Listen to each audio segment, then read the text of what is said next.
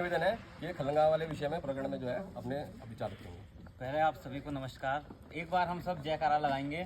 भारत माता की जय, भारत माता की जय, वंदे मातरम, वंदे मातरम। तो आज आपके जो सरबत फाउंडेशन की तरफ से हम यहाँ सफाई अभियान में सभी लोग एकत्रित हुए हैं।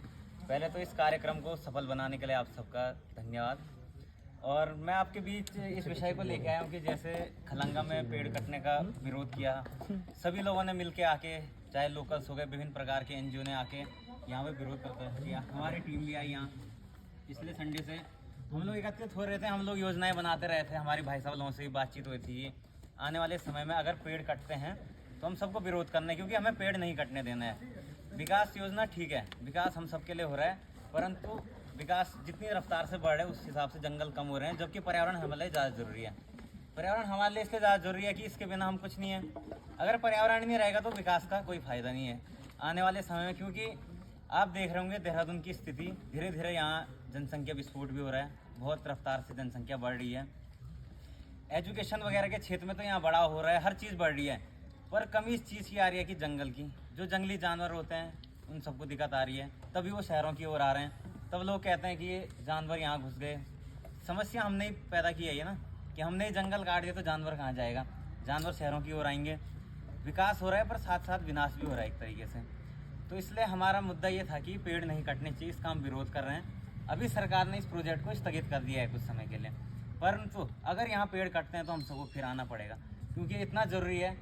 जैसे हमारे डेली नीड्स होती है ना सबकी, वैसी पर्यावरण भी हमारे लिए ज़रूरी है। ऑक्सीजन यहीं से मिल रही है हमें, और कोई स्रोत तो है नहीं हमें ऑक्सीजन का ना, पेड़ पौधों के अलावा पानी के स्रोत हैं, ये सब इससे पैदा हो रहे हैं। जंगल रहेंगे, यहाँ विभिन्न प्रकार के स्रोत हैं, नाला पानी से लेकर रायपुर तक।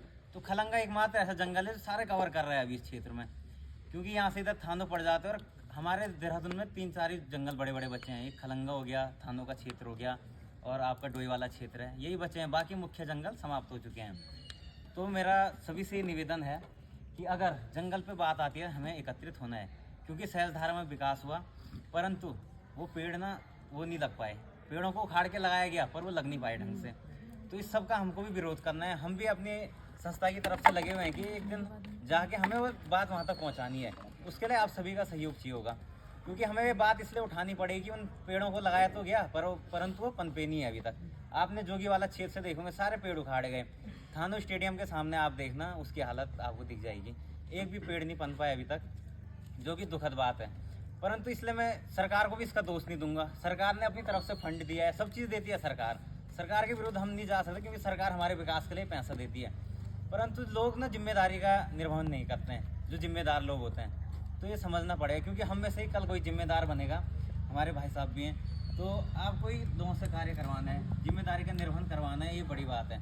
क्योंकि सरकार भी फंड दे रही है, नीचे लोग भी, जनता है, सबके लिए सब कुछ आ रहा है, पर जो बीच में कुछ लोग हैं जो कार्य को ढंग से नहीं कर रहे हैं। क्योंकि जब पेड़ को लगाया गया तो ढंग से ही लगा देते हैं, लगाना था ऐसी लगा दे टाल बराई में, वो ना तो पेड़ पनपा ना कुछ हुआ। आज के दिन ये स्थिति आ रही है कि हमारे और जंगल कट रहे हैं। तो यही है, इसलिए मैं आप सभी से यही निवेदन करना चाहता हूँ कि आप सब एक तो पर्यावरण के प्रति जागरूक रहें। बाकी हमारी भाई साहब से और आप संगठन के सभी लोगों से बातचीत होती रहेगी। हम विभिन्न प्रकार से प्रयास करेंगे कि हम वृक्षारोपण का कार्यक्रम करें, हम सब मिलकर सफाई का अभियान चलाएं और विभिन्न प्रकार के कार्यक्रम करें। परसों यहाँ पे प्रोग्राम हुआ, उसके बाद लोग यहाँ विरोध करने तो आए, कूड़ा यहीं फेंका। आज भाई साहब की सहायता से हमने वो साफ़ किया। तो एक तरफ तो लोग सब कह रहे हैं क्या कि हम जंगल बचाने आ रहे हैं, और कूड़ा तुम यहीं कर दे रहे हो, जिससे जंगल का नाश हो रहा है। तो इस चीज़ का भी सब ध्यान रखेंगे। बाकी आपसे इसे निवेदन है कि पर्यावरण के प्रति भी जागरूकता बनाए रखें, और एक और बार हम भारत माता की जय का नारा लगाएंगे, क्योंकि हमारे लिए सबसे ज़्यादा जरूरी है। भारत माता की जय।